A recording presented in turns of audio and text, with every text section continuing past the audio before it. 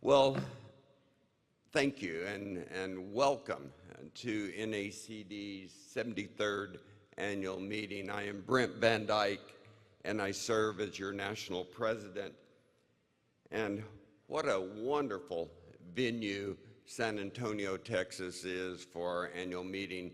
It was 6 years ago, probably this week, that I first got elected on the national leadership team, and it was right here in San Antonio, so it holds a special place in my heart. And I'm sure my wife will appreciate that because she was born in Texas, so any opportunity she has to showcase her state, I know she appreciates it.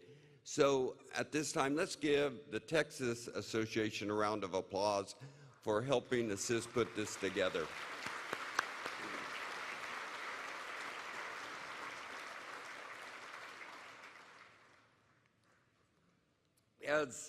As I stand here today and I look out across this auditorium, I truly see the value in what we're doing. And as Stephanie, our media person, asked me a few months ago why this is so important, and I said, when we bring the level of intelligence together in a large group like this, we can tackle anything. When the networking opportunities that you'll have this week in San Antonio to share the challenges, those resource concerns, and the solutions allows us to keep from having to continually reinvent the wheel. So you're going to be blessed, and I hope that you reach out to people you don't know, stick out your hand, introduce yourself, and explain why you're here. Through the challenges of identifying those resource concerns, we will also find success stories, and it's through those success stories that we will continue to help America be sustainable. When I look at you as a group, I can see the love, the passion, the perseverance that you have. And when I first got elected to this position, I really wasn't really sure what role we needed to play. I didn't know if we needed to preserve agriculture, preserve those resources, or to use them in a way that is sustainable. And as I look at our country and I look at some of the challenges, I'm sorry, Bill Thomas, I hope you're not calling me here. Sorry.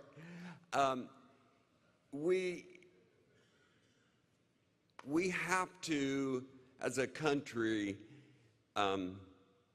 identify what some of our challenges are and how we're going to address those challenges, just like a good agriculturist who has a conservation plan. You assess your liabilities and your assets and identify those challenges and the opportunities for success. And that's exactly what our country needs to do. We need to identify the trajectory that we need to take as not only as an agricultural sector, but as a country. As an ag teacher for 31 years, teaching some of America's finest, I realized the value in having a map on where you need to go, where you want to go, how you're going to get there.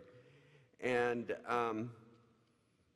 that's something that this organization is good at doing. And when we partner with those other organizations like the federal government, the partners, the private sector partnerships, we all can come together to help define what that roadmap looks like, which is going to allow this country to help feed its people, because a country that cannot feed and clothe itself is a country at risk. We're less secure if we cannot feed ourselves. We're called to not only be good stewards, we're called to help feed and care for society's most vulnerable. Feeding and clothing a nation, our nation, and approximately 20% of the rest of the world is a moral responsibility we have. We as farmers, ranchers, and foresters will continue to face many challenges. There's no doubt about that. But the unyielding nature within the conservation community has prepared us to face those challenges head on and will allow us to overcome adversity. Over the last 24 months, it's been an amazing ride. And as I look at your organization and the work that you have done and the leadership of the executive board, the big board, we've quadrupled our budget in the last 24 months. We've increased staff numbers to a level that we haven't seen in over a decade. We've increased the federal, state, and private partnerships. And last but not least, we helped Congress pass one of the most beneficial farm bills for conservation in the history of our country. I think that's good. And it's through that farm bill that we find that safety net that's going to help American food producers care for those that need help. As an American producer, as America's population shifts from rural to cities, districts are continually expanding their outreach. And in 2016, NACD and the National Resource Conservation Service partnered with the Urban Agriculture Conservation Grant Initiative. And this was to assist in bringing technical assistance to those urban areas. And I've been really blessed to be able to sit in on some of the conferences where recipients of these urban grants have shared their story about urban America. And as you all know, I live in rural New Mexico, and I'm blessed to live in rural New Mexico. But I assure you, the situations in many inner cities are much different than what I find in New Mexico or even West Texas. And through this innovative grant, conservation grant initiative, the partnership between NACD and NRCS is able to let grants out to those urban communities to help not only identify some of their food deserts and how to resolve that situation, but I think more importantly, as I said, as a teacher of youth for 31 years, it enables those individuals who have the expertise, the opportunity to partner with the youth of those urban cities and not only find solutions for food and fiber, but to help build men and women for a future that's bright for America. So 2017, NRCS and NACD partnered once again on another round of those grants to bring the total to 61 districts nationwide that were recipients of those grants.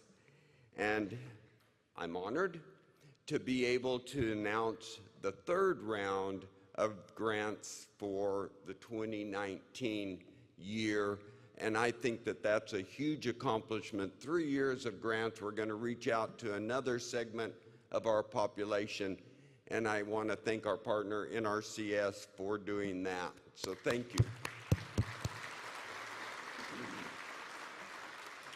So at this time, I'm honored and privileged to announce this year's winners of the 2019 Urban Agriculture Conservation Grant Initiative.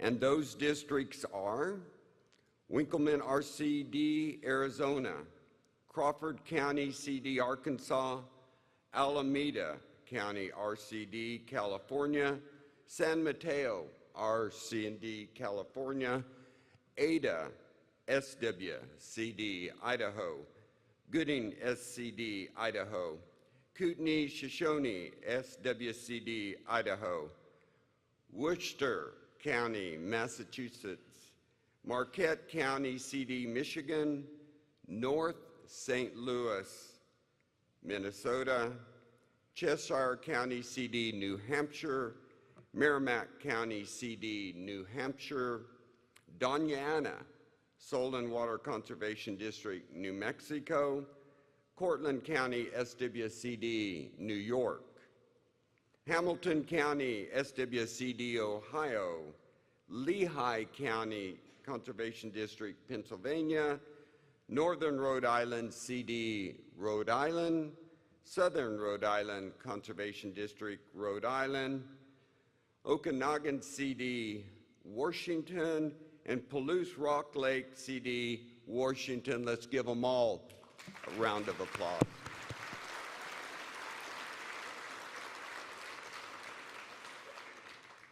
I ask you to go to NACD's website to learn more about what these conservation districts do in the urban settings and how they're moving that bar forward in helping find not only resilience, but sustainability. I was asked this week what the theme, mission-focused, fulfilling a legacy, means to me. And I truly believe that there's a common thread that runs between our spiritual calling and our calling as agriculture producers and stewards of the land. There's a lot more to life than just living and dying. As humans, it's our inherent duty to contribute to the betterment of mankind and to leave this earth a better place than we found it. I believe that we are mission-focused, and I'm confident that day in and day out, the conservation districts across this great country are contributing to the fulfillment of a strong legacy. A mission and legacy that leaders from 70 years ago, I'm sure, would be proud of today.